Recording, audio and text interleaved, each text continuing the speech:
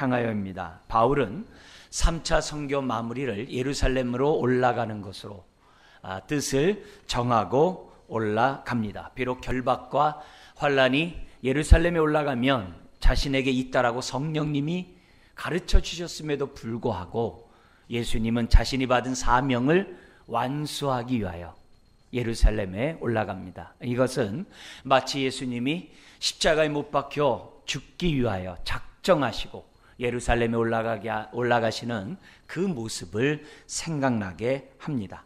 바울은 지난 9년간 1차, 2차, 3차 선교 여행을 통해서 많은 하나님의 역사를 이루었어요. 많은 사람들에게 예수를 전했고 믿게 했고 제자로 삼았고 교회를 세운 그런 삶을 살았습니다. 마지막 그 순간까지 그는 어떻게 하든지 자기를 통하여서 하늘에서 이룬 뜻이 이 땅에 이루어지기를 원하는 간절한 그런 소망 가운데 삶을 살았던 사람이 바울이에요. 그래서 이런 모습을 우리가 지금 사도행전, 특별히 이런 1차, 2차, 3차 선교 여행을 통하여 우리가 바울의 삶을 보고 있습니다. 그래서 우리도 저와 여러분들이 어떻게 하면 바울과 같은 이런 삶을 살아갈 수 있을까? 좀 소망하고 2020년 주님, 나도 바울처럼 하나님의 뜻을 이루는 인생이 또 한 해가 되게 해 주옵소서. 우리가 마음의 작정을 해야 될 줄 믿습니다. 오늘은 특별히 예루살렘에 올라가면서 바울이 우리에게 가르쳐주고자 했던 것은 우리가 어떻게 하나님의 뜻을 분별하고 어떻게 하나님의 인도를 받을 것인가, 그것을 오늘 본문은 우리들에게 가르쳐주고 있어요. 여러분들은 어떻게 하나님의 인도를 받고 있나요? 여러분들이 살아가시면서 이것이 하나님의 뜻이라고 어떻게 확신하나요? 우리들의 삶은 많은 것의 선택의 연속이죠. 어떤 학과를 선택하고 직업을 선택하고 결혼, 배우자를 선택하고 사업을 선택하고 여러 가지 하여튼 직장, 수없이 많은 일들을 우리는 끊임없이 선택하면서 살아옵니다. 우리는 매 순간 하나님이 함께하길 원하고 매 순간 하나님의 복이 내 삶에 넘쳐나길 원해요. 자, 그런데 지금까지 나의 삶을 보면서 내가 하나님의 인도를 받았다고 하는 확신이 있냐, 이게. 또 확신을 갖는다면 어떤 근거로 확신을 갖고 내가 2020년을 살아가고 있나, 이게. 혹시 지난날의 나의 경험에 쫓아서 2020년을 살아가려고 하는 것은 아닌지, 또 하나님이 막연하게 내 삶을 도와줄 거야, 인도해 줄 거야. 왜? 은혜로운 분이니까. 그렇게 생각하면서 우리는 살아가는 것을 인도받는다라고 말하고 있는지. 오늘 우리들이 신앙생활을 하면서 정말 우리는 인도를 받아야 돼. 그래야 은혜가 있고, 그래야 우리의 삶을 통해서 주의 뜻이 드러나고, 먼저 그 나라 그 일을 구하는 그 삶을 저와 여러분들이 살아요. 무조건 믿습니다라고 해서 되는 것이 아니에요. 인도를 받아야 돼. 내가 속해 있는 곳이 어디든지 이곳에서 하나님의 뜻이 어떻게 이루어져야 되고, 또 이루는 가운데 하나님이 함께하는 그 증거가 뭔지를 우리는 경험하면서 하루하루를 살아가야 돼요.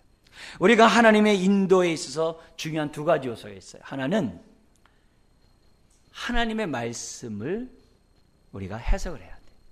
분별해야 돼. 하나님은 하나님의 모든 뜻과 성품을, 하나님의 구원 계획을 역사하시며 성경에 다 기록해 놓으셨어요. 그래서 우리는 성경을 통해서 하나님의 선하시고 기뻐하시고 온전한 뜻이 무엇인지 분별해야 돼요. 그게 첫 번째 요소예요. 하나님과의 관계에서. 근데 또 하나가 있어요. 인도를 받으려면 내 삶과 연관해서 내 삶을 하나님의 말씀으로 해석할 수 있어야 돼요. 우리가 말씀만 해석하는 것이 아니라 내 삶을 하나님의 뜻 안에서 해석할 수 있어야 돼요. 하나님의 말씀으로 내 삶을 볼 수 있어야 돼요. 이것이 없으면 우리들이 인도를 받는다고 하면서 불안해요. 두려워요. 특히 어려운 일을 만나고 힘든 일을 만나면 나 인도 받는 거 맞나? 함께 하신 것이 맞나? 하나님이 내 기도 들으는 거 맞나? 사람들이 불안해요. 그래서 확신의 근거가 하나님의 뜻 안에서, 말씀 안에서 우리가 확신을 해야지, 주관적인 생각 속에서, 자기중심 속에서 확신하면 안 돼요. 내가 감당하기보다 힘든 어려운 일 오면 휘청거려요. 넘어져요. 떠내려가요.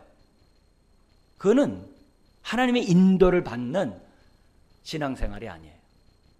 주의 말씀이 내 발에 등이요 내 길에 비친, 주님이 가신 그 길을 따라간다고 하는 사람들의 삶의 모습이 아니에요. 우리가 하나님의 인도를 받는 데서 이 주관적인 것을 굉장히 경계를 해야 돼요.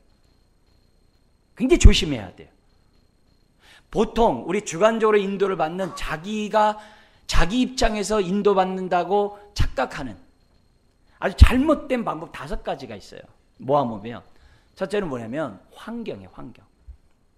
환경이 좋으면 하나님의 뜻이고, 환경이 나쁘면 하나님의 뜻이 아니라고 생각해가지고, 나쁘면 돌아서 가고, 열리면 하나님의 뜻이라고 생각하는, 그러다가는 요나처럼 다시스로 가는 배 타고 풍랑 만나요. 환경에서 인도받는 거 굉장히 위험해요. 또 하나가 뭐냐면 상황이에요. 고난이 있으면 주의 뜻이 아니구나. 어려운 일이 있으면 주의 뜻이 아니구나. 그때 상황에 따라서 항상 하나님은 나에게 좋은 것 주는 분이기 때문에 비단길만 걷게 하셔. 그래가지고 쉽고 좋은 일에만 하나님의 인도라고 생각하면서 그 길을 가려고 하는 거 굉장히 위험해요. 그것뿐만이 아니라 내가 원하는 것이 너무 큰 나머지 믿습니다 하는 거. 그래서 일을 저질러 놓고 왜 안 도와주냐고 그래요. 일을 저질러 놓고 도와달라고 그래요. 내가 이렇게 하니까 하나님 빨리 이거 내 원하는 대로 해달라고 믿습니다. 네. 굉장히 위험해요. 또 하나는 많은 사람, 대부분의 사람이 그것을 원한다고 해서 그것이 하나님의 뜻이라고 생각하는 것도 조심해야 돼요. 조심해야 돼요. 항상. 많은 사람들이 그걸 원하니까 그렇게 하자. 그러지 않을 때가 너무 많은 게 성경에서 가르쳐줘요. 그리고 마지막 우리가 살펴볼 것이 뭐냐면, 그동안 내가 경험했고, 그동안 내가 체험했고, 내가 그동안 갖고 있는 그 가치관에 따라서 2020년 살아가는 거. 어제 있던 방식으로 올해도 똑같이 그렇게 하나님이 인도해주고 나의 삶을 잘 축복할 것이라고 생각하면서 막연하게 요행을 바라듯 2020년 살아가는 거 굉장히 위험해요. 이것은 하나님의 인도를 받는다라고 우리가 이렇게 충분하게 설명할 수 없는 표현들이에요. 조심해야 돼요. 오히려 우리가 하나님의 뜻 안에서 정말 우리가 인도, 말씀에서 인도를 받으려고 한다면은 우리가 하나님의 뜻을 먼저 해석하고, 그래서 주의 뜻이 이거구나. 그리고 그 뜻이 내 삶 속에서 이루어지길 원합니다. 라는 그 간절한 소망을 가지고 내가 무엇을 하든지 주의 뜻을 이루려고 하는 그런 자세를 가질 때 인도를 받는다라고 그래요. 근데 이런 삶을 살려면 이것도 역시 기본적으로 여러분의 이해를 돕기 위해서 3가지를 좀 설명할게요.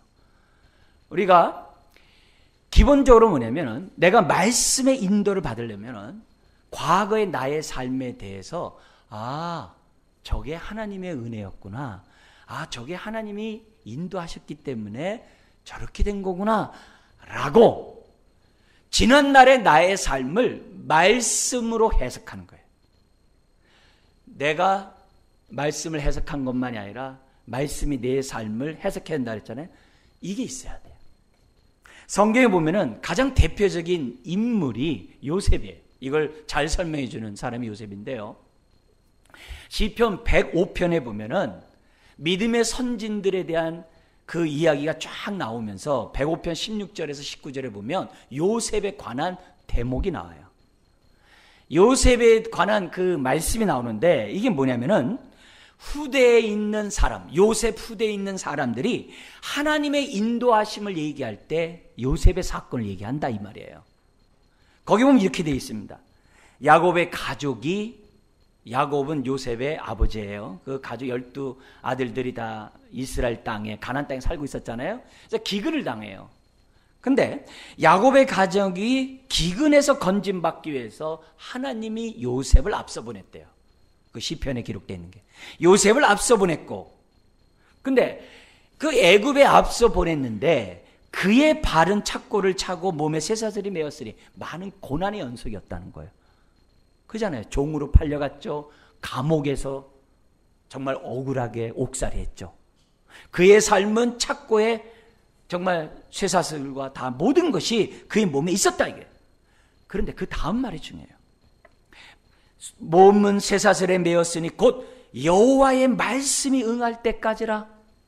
하나님의 뜻이 있었다는 거예요. 근데 이걸 요셉을 잘 몰라요. 그가 총리로 나올 때까지는 요셉이 잘 몰라요. 감옥에 갇혔을 때는 잘 몰라요. 근데 나중에 보니까는 하나님의 말씀이 응할 때까지라.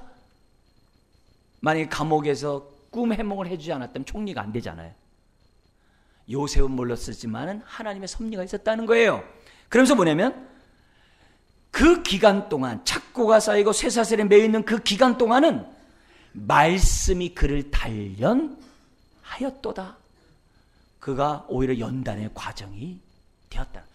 14년 동안 애굽으로 끌려가가지고 종로로 탈 때까지 감옥에 갇힐 때까지 14년 동안 바울은 고난 가운데 있었지만 오히려 그것이 그 삶이 정금같이 되어 나올 수 있는 연단의 과정이었다라고 시편 105편의 노래예요. 그래서 많은 믿음의 사람들이 오늘 우리들의 삶을 요셉의 삶을 통해서 해석하라 이게.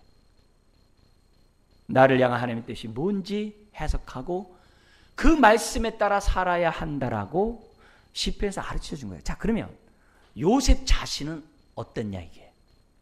창세기를 보면 요셉의 형들이 기근을 당해가지고 양식을 얻으러 애굽에 왔다가 요셉을 만나잖아요.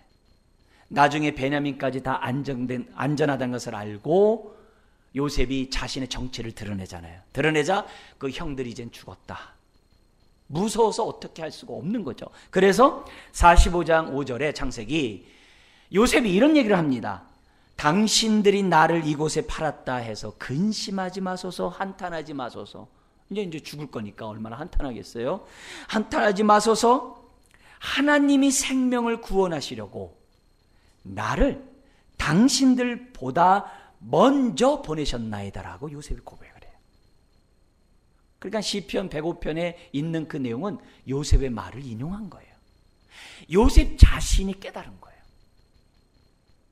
자기가 총리가 딱 되고 전체적인 것을 갖다가 하나님의 뜻 안에서 자기 삶을 해석했다 이 말이에요. 아, 이것이 하나님의 뜻이었구나. 내 이스라엘 가족을 갖다 다 구원하기 위한 뜻이었구나. 더구나 큰 민족을 이루어 이스라엘을 만든 것까지는 잘 몰랐어요. 그렇지만 원대한 뜻은 다 할 수 없었지만은 그래도 그 순간에는 아하, 이때를 위해서 나를 총리가 되게 했구나. 그 얘기를 형한테 하는 거예요. 자, 그런데 야곱이 죽어요. 애굽에 와서 잘 살다가 야곱이 죽어요. 그러니까 형이 또 걱정을 해요. 야, 이제는 아버지가 죽었으니까 옛날에는 아버지 때문에 우리를 살려줬지만 우리를 죽일 거야. 또 형들이 두려워서 막 난린 거예요. 그래서 창세기 50장에 요셉이 형들에게 또 얘기합니다. 뭐라고 얘기하냐면 두려워하지 마소서. 내가 하나님을 대신하리까? 이게 중요한 거죠. 하나님의 인도를 받는 사람은 하나님을 대신 안 하거든요. 다윗이 사울왕을 죽일 수 있는 기회가 있음에도 불구하고 안 죽였어요. 왜요? 하나님을 대신하지 않거든요. 모르니까 우리가 눈에는 눈, 이에는 이 이러고 달려드는 거거든요. 하나님의 주권을 통치를 안 믿으니까 내가 다 하려고 하는 거거든요. 네. 그러면서 뭐라고 하냐면 당신들은 나를 헤아려 하였으나 형들은 나를 헤아려 하였으나 하나님은 그것을 선으로 바꾸사. 이게 할렐루야인 거죠. 하나님의 뜻 가운데 있고 살아가는 자들은 주변이 악을 행해도 하나님이 선으로 바꿔주시는 거예요. 그걸 해석한 거예요. 선으로 바꾸사. 오늘과 같이 많은 백성의 생명을 구원하게 하려 하시려고 하셨나니 형들은 두려워 마소서. 딱 그런 거예요. 요셉이 하나님의 인도를 받고 있기 때문에 자신의 삶을 해석을 한 거예요. 형이 판 것이 아니라 형들을 통해서 나를 앞서 보낸 것입니다. 그리고 형들이 나를 악으로 행했지만 하나님은 하나님의 뜻 때문에 나를 선으로 바꾸셨습니다. 선으로 바꾸셨습니다.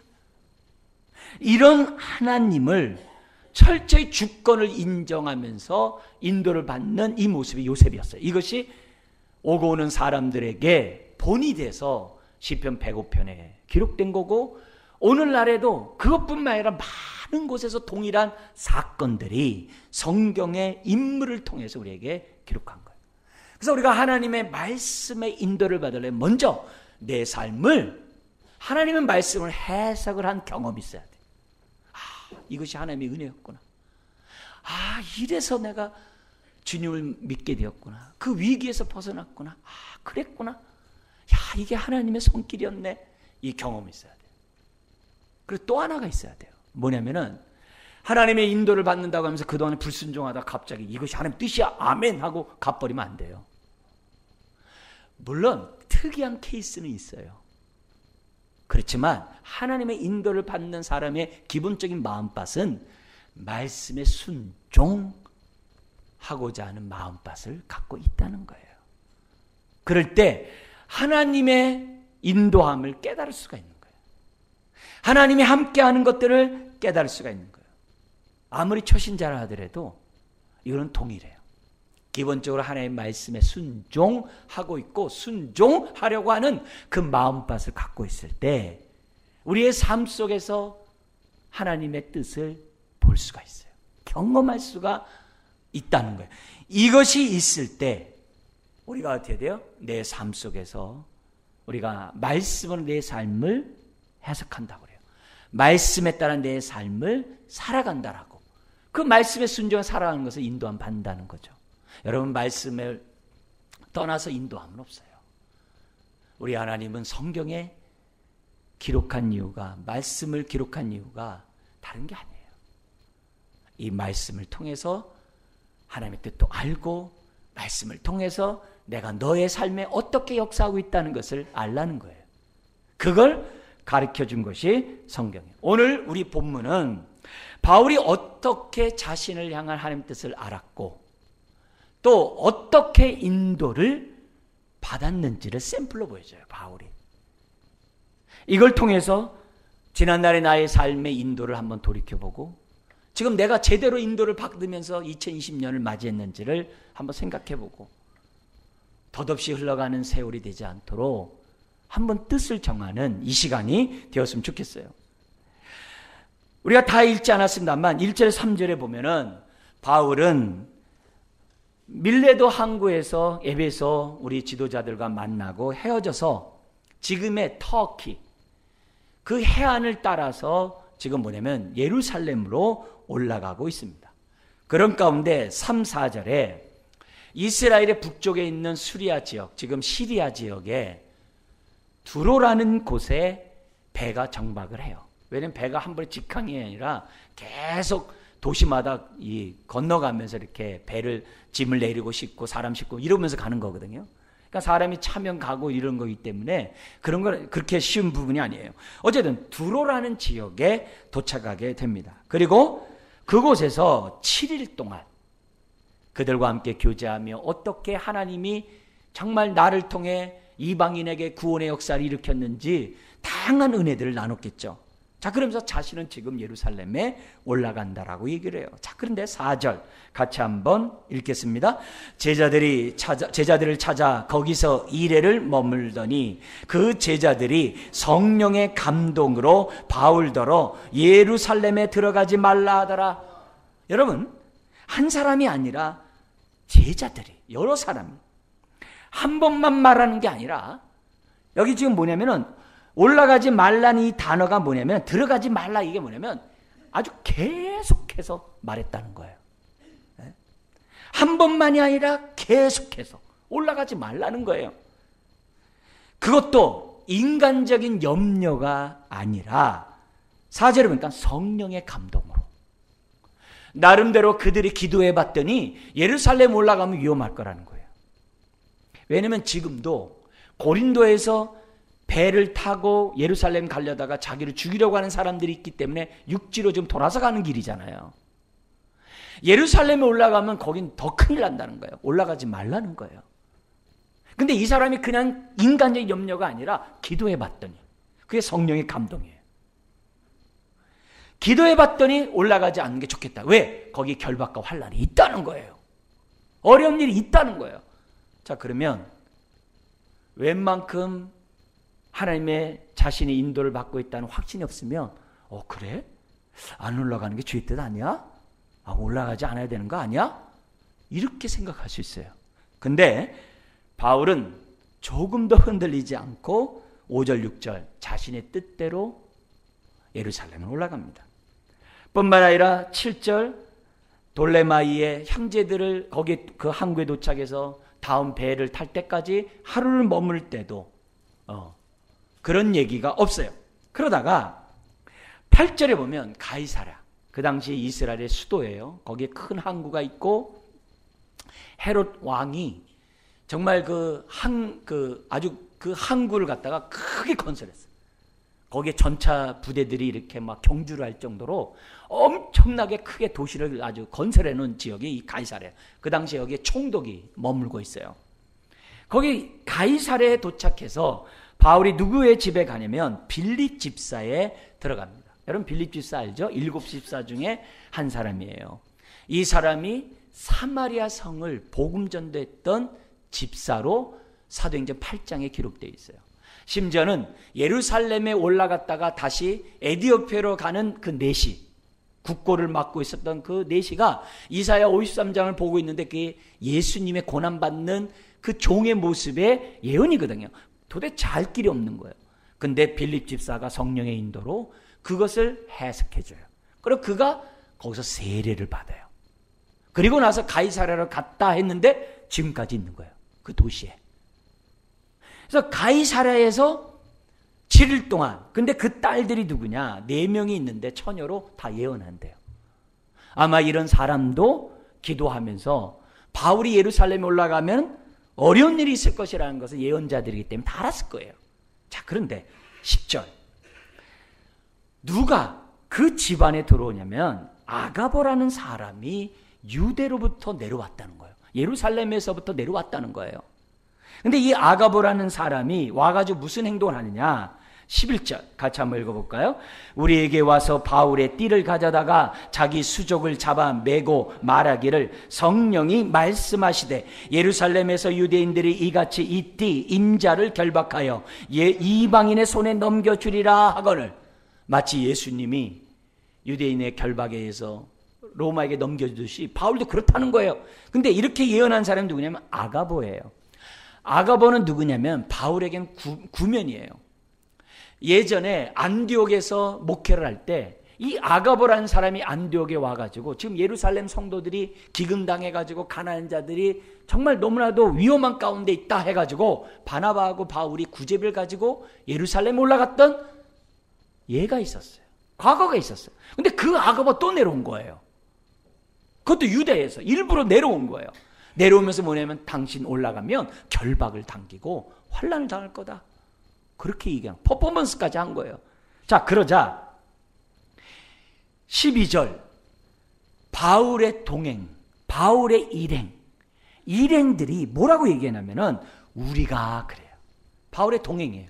여기는 누가복음을 쓴 누가도 있었고요. 바울과 함께 이방 지도자들을 구제비와 함께 선택된 그 지도자들이 다 있는 거예요. 그 우리가 아니 앞에서 두로에서도 그 말 들었는데 지금 또 이 가야사랴에서 빌립의 집에서도 또 이런 일을 들으니까 큰일 난 거예요.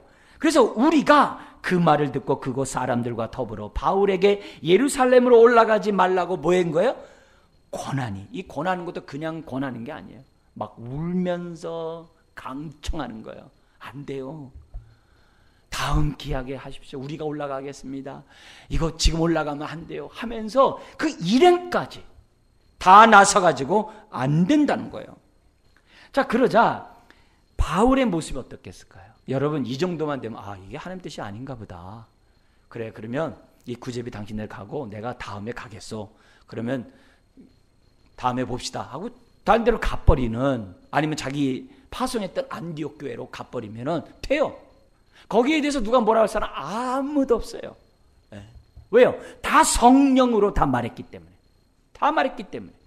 이렇게 되면은 바울도 어떻게 돼요? 아, 그래. 내가 너무 아나무인격으로 내가 무조건 믿습니다 하면 안 되지. 멈추는 게 인간적인 도리예요. 근데 바울은 어떻게 했을까요? 13절에 기록되어 있어요. 같이 한번 읽겠습니다. 바울이 대답하되 여러분이 어찌하여 울어 내 마음을 상하게 하느냐. 나는 주 예수의 이름을 위하여 결박 당할 뿐 아니라 예루살렘에서 죽을 것도 각오하였노라 하니. 왜 내 마음을 상하게 하냐. 이 말은 갈기하게 찢어놓냐 이게요. 나는 결박을 당할 뿐만이 아니라, 이건 내가 이렇게 어쩔 수 없이 당하는 거죠. 그 권력에 의해서, 공권력에 의해서 당하죠. 근데 예루살렘에서 죽을 것도 하고냐. 이건 자기가 어떻게 돼요? 던지는 거예요. 능동태로 돼 있어요. 자기는 사명을 위하여, 복음을 위하여 기꺼이 던지겠다라고 바울이 뭐냐면 강력하게 말하는 거예요. 그러니까 14절, 그가 권함을 받지 아니하므로, 이게 설득당하지 아니하므로, 이게 계속했다는 얘기예요. 근데 우리가 주의 뜻대로 이루어지이다 하고 끝쳤노라. 이 말은 뭐냐면, 아유 고집불통, 당신 마음대로 해, 당신 알아서 해, 당신 혼자 다 가. 이게 아니라 당신이 깨달은 그 뜻대로, 그리고 그 뜻대로 주께서 이루어지기를 원합니다 하면서 모든 주권을 하나님께 돌리는, 모든 걸 주님께 맡기는 그런 태도인 거예요. 그 모습을 하고 더 이상 말을 하지 않고 끝쳤다라고. 여러분, 바울도 결박과 환란이 있다는 거 이미 알아요. 그게 사도행전 20장 23절 24절에 있죠. 그죠? 에베소 장로들과 만나서 얘기할 때 바울이 그들에게 이미 했어요. 다시 한번 여러분 읽어드린다면, 예루살렘 올라오면 결박과 환란의 날을 기다린다 한다. 그러나 내가 달려갈 길과 주 예수께 받은 사명, 곧 하나님의 은혜의 복음을 증언하는 일을 마치려 하면은 내 아이의 생명조차 조금도 귀한 것으로 여기지 아니하노라. 이미 바울이 그랬던 거예요. 그리고 올라가는 거예요. 자, 근데 이런 바울의 태도에 가이사랴에 있었던 사람들이 감화감동 받아요. 그래서 15절 이하에 뭐냐면은 바울과 함께 예루살렘에 올라가요. 그 당시에 그리스도인들은요 숨어 지냈어요. 예루살렘 올라가면요 잡혀요. 옥에 가둬요. 그래서 그리스도인들이 예루살렘 안 가요. 다 도망가요. 근데 올라가겠다는 거예요. 바울처럼. 바울과 함께 올라가겠다는 거예요. 심지어는 그 올라가는 사람이 어떤 일을 하냐면은, 오랜 제자 구브로 사람 나손을 데리고 가니 이는 우리가 그의 집에 머물려 함이라. 그래서 오랜 제자가 뭐냐면 처음부터 제자란 뜻이에요. 그러니까 최소한 오순절날 성령 받은 그 제자예요. 아니면 70인 제자일 수도 있어요. 12제자와 함께 있었던 70인 제자 중에 한 명일 수도 있어요. 하여튼 오랜 제자, 처음부터 제자된 구브로, 바나바의 짝이었던 바나바의 고향이죠. 바울이 제일 먼저 선교했던 것이 구브로죠. 바로 그 구브로 사람, 그 나손을 집에 거하기 위해요 올라가는 이런 장면이 나옵니다. 자, 오늘 이 바울의 이런 행동에서 우리는 하나님의 인도를 어떻게 받아야 되는지를 배우게 돼요. 바울은 2번씩이나 성령에 의해서 사람들이 올라가지 말라는 얘기를 들었어요. 같은 일행까지도 올라가지 말라고 몇 번이나 울면서 설득을 했어요. 그런데도 올라갔어요. 그리고 어떻게 돼요? 조금 더 흔들리지 않았어요. 자, 여기서 우리가 알아야 될 것이 뭐냐면, 지금 이 사람들이 바울에게 올라가지 말라고 했을 때 바울이 나는 올라가 있다 하면요 더 이상 하지 않았다는 거예요. 여러분, 우리가 기도하다 보면 환상을 볼 수도 있고 성령의 음성도 들을 수 있어요. 근데 보고 듣는 것이 중요한 게 아니라 바울처럼 해석할 수 있어야 돼요. 해석을 해야 돼요. 네? 환상을 봤다고 그냥 얘기해버리면, 해석하지 않고 얘기해버리면은 바울은 하나님의 뜻을 정한 인생이기 때문에 흔들리지 않았지 웬만한 사람은 다 추풍낙엽처럼 쓰러져 버립니다. 하나님의 음성을 들었다라고 얘기해버리면서 막 강권하면 웬만한 사람들요 다 쓰러져요. 다 흔들려요. 그리고 말 안 들으면 완전히 의의가 상해요. 그렇게 하면 안 돼요. 왜요? 상대방도 기도하는 사람이고 상대방에게도 성령이 계시거든요. 더구나 바울에게도 성령님이 함께 하시거든요. 그러니까 이 사람들이 그렇게 있다라고 몇 번 강척을 했지만 바울이 뜻을 딱 정하자 주의 뜻대로 되기를 원합니다 하고 다 못해 더 이상 얘기 안 해요. 강요하지 않아요. 목사가요, 여러분 기도해놓고 여러분의 속사정을 환상을 본 다음에 제가 얘기하면요, 저는 교주가 돼요. 제가 여러분 두렵게 하고 끌고 다녀가는데 얼마든지 할 수 있어요. 여러분 그런 것이 인도가 아니에요. 그게 성령의 인도가 아니에요. 누구에 의해서 이끌리고 그렇게 한 게 아니에요. 내 안에 계시는 성령님의 인도 속에서 우리가 깨달은 말씀에 따라서 우리들이 순종하면서 인도를 받아야 돼요. 누구에 의해서 이끌려서는 안 돼요. 여러분 해석을 하는 것이 중요해요. 사실 바울의 입장에서 보면요, 그런 선교를 할 때부터 의도 터졌어요. 심지어는 돌 맞아서 죽어가지고 사람들이 성 밖에 던졌는데도 살아났어요. 그의 삶은 결박과 환난의 연속이었어요. 근데 예루살렘에 올라갔는데 결박과 환난이 있다? 그게 일상인데요. 그의 일상인데요.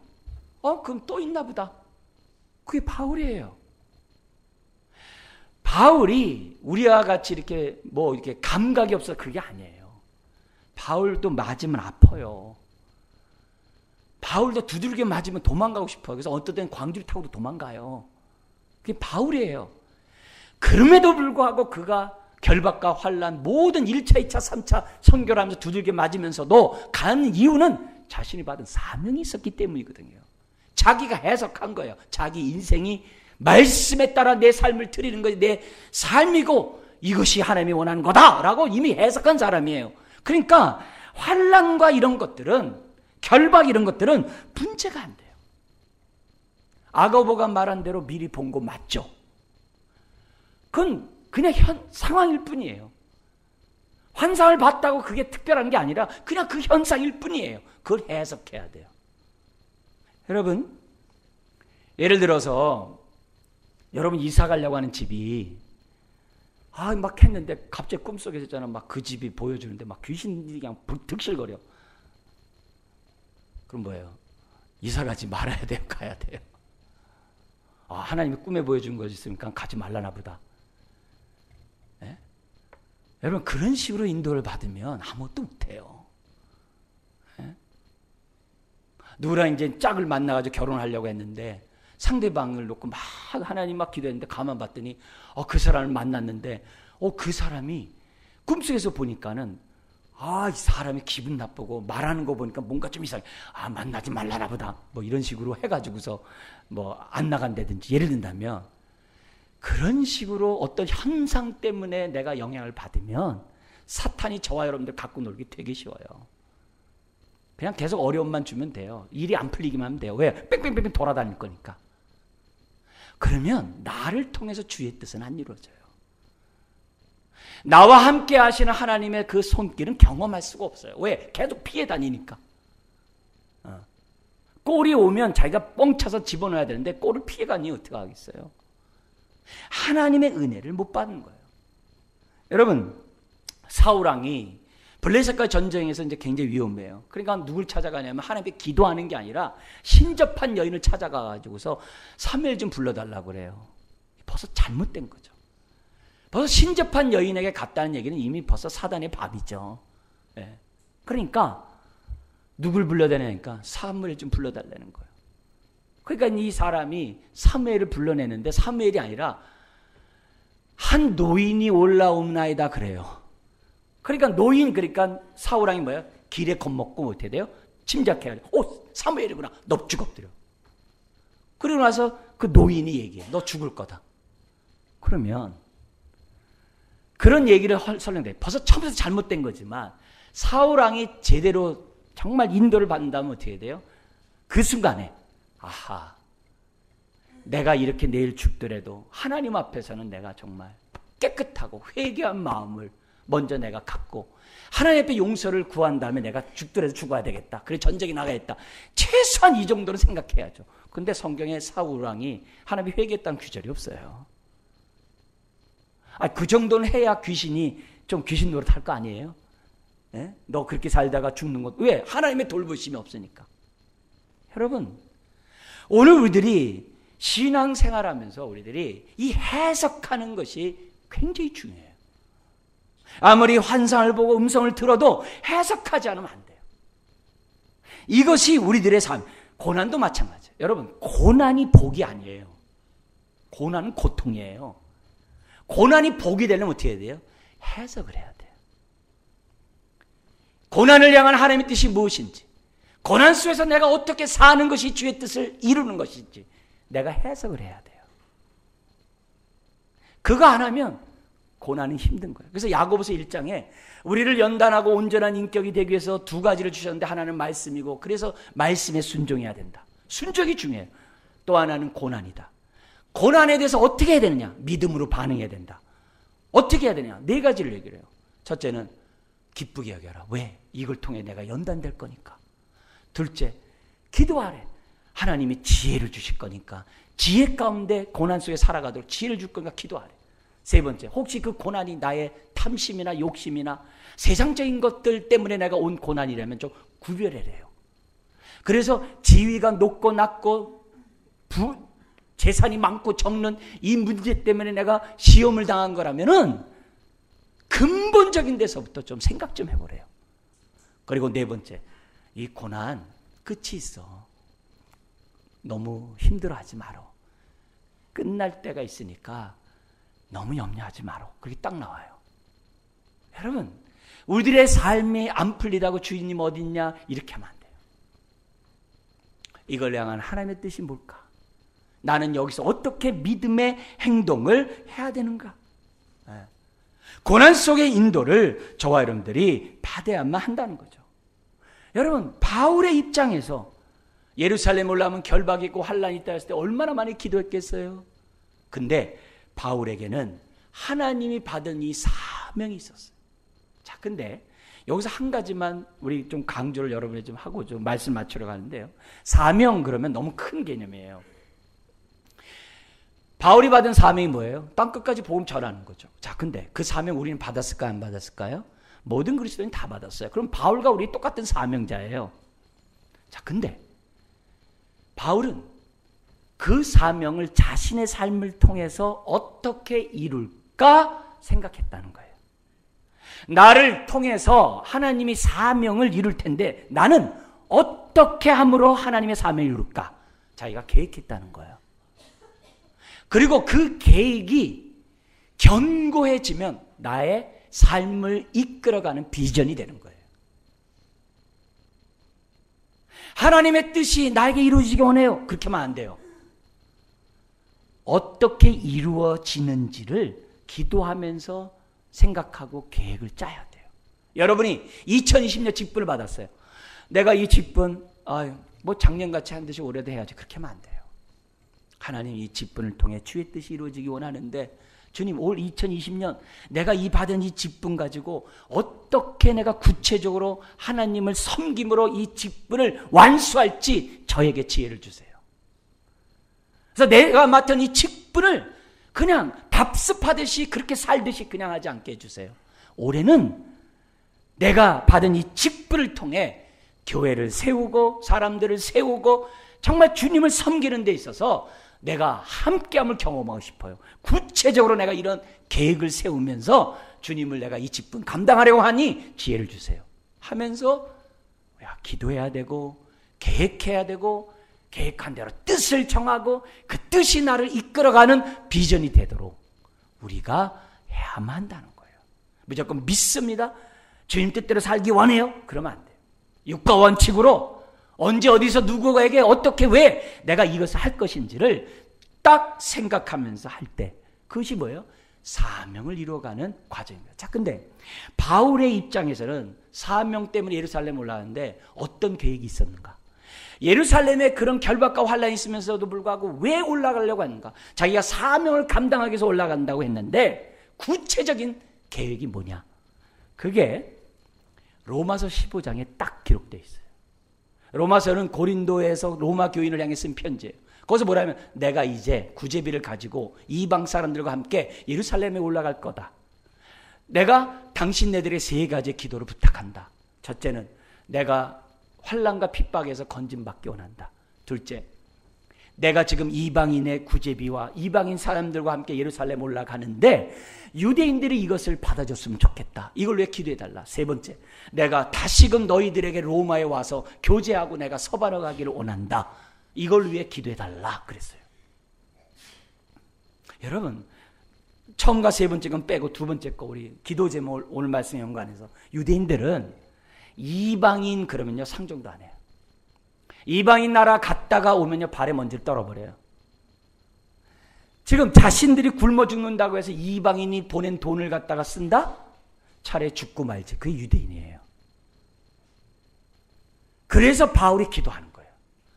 하나님 이 구제비를 유대 그리스도인들이 받게 해달라고 기도를 부탁한 거예요. 자, 그러면서 그 구제비를 매개로 이방인 그리스도인들도 유대 그리스도인들이 영접해 주기를 바울은 기대했던 거예요. 그래서 바울이 올라가는 거예요. 그러면서 한 가지가 더 있어요. 로마서 15장에 보면은 모세 오경과 구약을 시가서와 예언서를 갖다가 구약이라고 그래요. 모세 오경에서 한 말씀, 시편에서 두 말씀, 예언서에서 한 말씀을 딱 뽑았는데 똑같은 말씀을 뽑아요. 무슨 말씀이냐? 이방인들이 주께로 돌아와 하나님의 백성과 유대 그리스도인들과 연합하여 한 교회를 이루고 한 하나님을 예배하는 그 예언이 이 모세오경과 시가서와 예언서에서 말씀을 딱 끄집어내요. 내가 예루살렘에 올라가는 것은 유대인과 이방인이 한 교회를 이루어 한 하나님을 찬양하는 것을 목도하고자 올라간다는 거예요. 그러니까 바울이 올라가야죠. 구약의 예언을 말씀을 성취하고 유대인과 이방인이 한 교회를 이루는 것, 그걸 눈앞에 있는데 바울이 결박과 환난 때문에 피해요? 아니죠. 올라가는 거죠. 구체적인 바울의 계획이 바로 이거였어요. 여러분 2020년 올 한 해도 우리가 사명자로서 한 해를 살아가요. 주여 사명자 살게 해주십시오 그러지 마세요. 구체적으로 내가 맡은 이 사명을 통해서 어떻게 하나님 뜻이 이루어지는지 생각하세요. 교회 안에서만이 아니라 교회 밖에서도 똑같이 내가 어떻게 주의 뜻을 인도함을 받는지, 이루면서 인도함을 받는지, 주여 내가 생각하고 계획합니다. 뜻을 작정합니다. 이 뜻이 내 삶을 이끌어가는 말씀이 비전이 되게 하여 주옵소서. 우리가 그렇게 할 때 2020년이 나에게 인도함을 받는 경험이 되고 훗날 살아가는 데 있어서 큰 디딤돌이 되는 한 해가 될 줄 믿습니다. 기도하겠습니다. 하나님 아버지,